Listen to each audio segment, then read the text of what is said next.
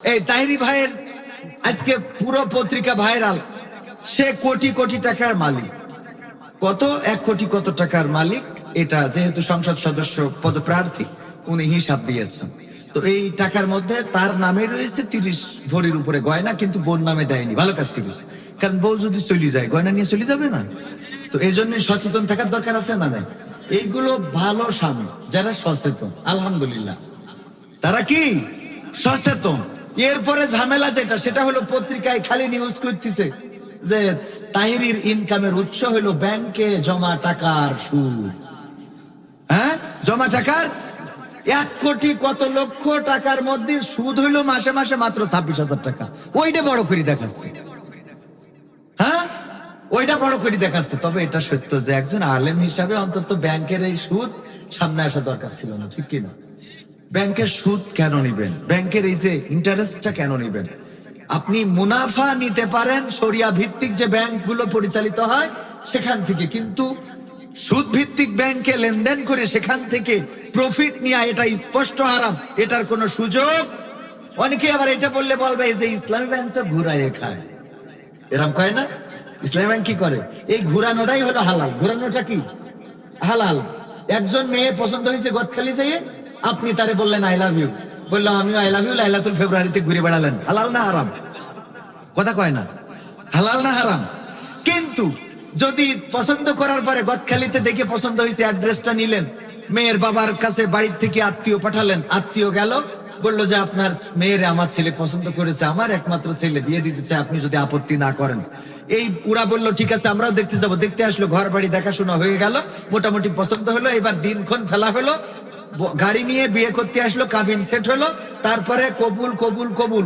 এইবার লাইলাতুল ফেব্রুয়ারিতে ও গদখালি কেন? যদি আরো কোনো জায়গায় যায় কোনো অসুবিধা আছে? তাহলে ঘুরাই খালি কি বোঝা গেছ তো? ঘুরাই খালি কি? হ্যাঁ, যারা বলে ঘুরাই খায় ওদের বলেন ঘুরাই খাওয়াটাই তো হালাল। আপনি ঘুরাই নিলেন মানে কি হইলো? হালাল হইলো। আপনি ঘুরালেন না মানে কি? হারাম। তো এই জন্য তাহিরি ভাইয়ের প্রতি পরামর্শ, তিনিও আমাদের একজন ভালোবাসার মানুষ, আমরা মহব্বত করি। তার ডিজে গান হিন্দুদের পূজায়ও বাজে, যদিও সে ডিজে গায় নাই, বানাই নিচ্ছে মানুষ, তো পূজায়ও বাজে তার গান। দয়াল তোর লাইগারে, আর ড্যান্স আছে না নাই? উপাকুপি ড্যান্স। এগুলো নিয়ে তো কথা বলতাম, যুবকদের নিয়ে আমার কত কথা মন চায় বাবা, কিন্তু আমারে রাত করে উঠাই দিয়েছে। আবার দিক খেচড়ি ঠান্ডা হয়ে যাচ্ছে, সব দিক চিন্তা করতে হচ্ছে। নাই যুবকদের একটু ডিজে নিয়ে কথা বলতাম। ওই যে আমার কাছে প্রশ্ন দিয়েছে পাবনায় যে হুজুর, এই মুসলমানি অনুষ্ঠানে ডিজে বাজানো কি জায়েজ আছে?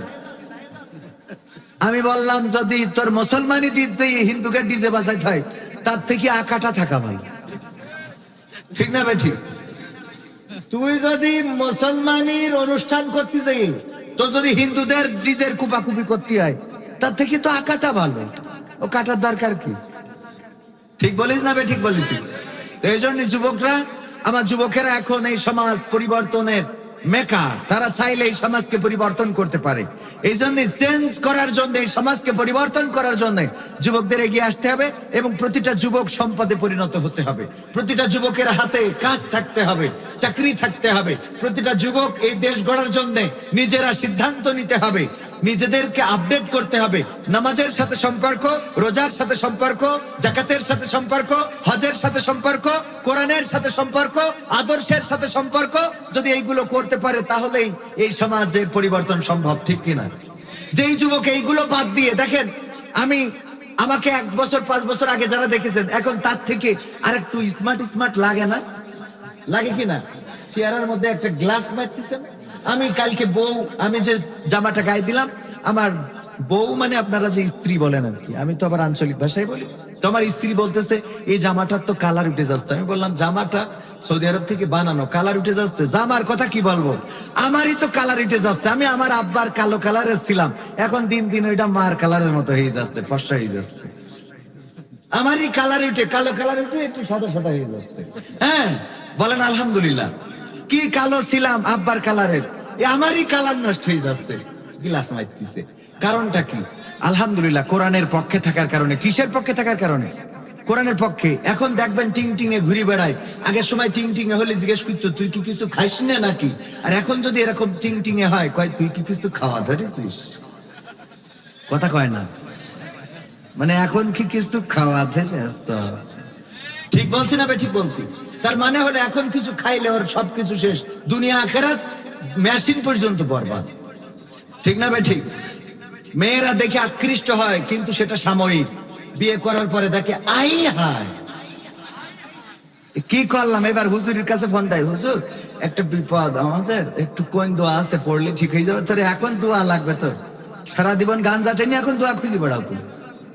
কথা কয় না? তুই গদ খালি ঘুরার দিন তোর দোয়ার কথা মনে ছিল না?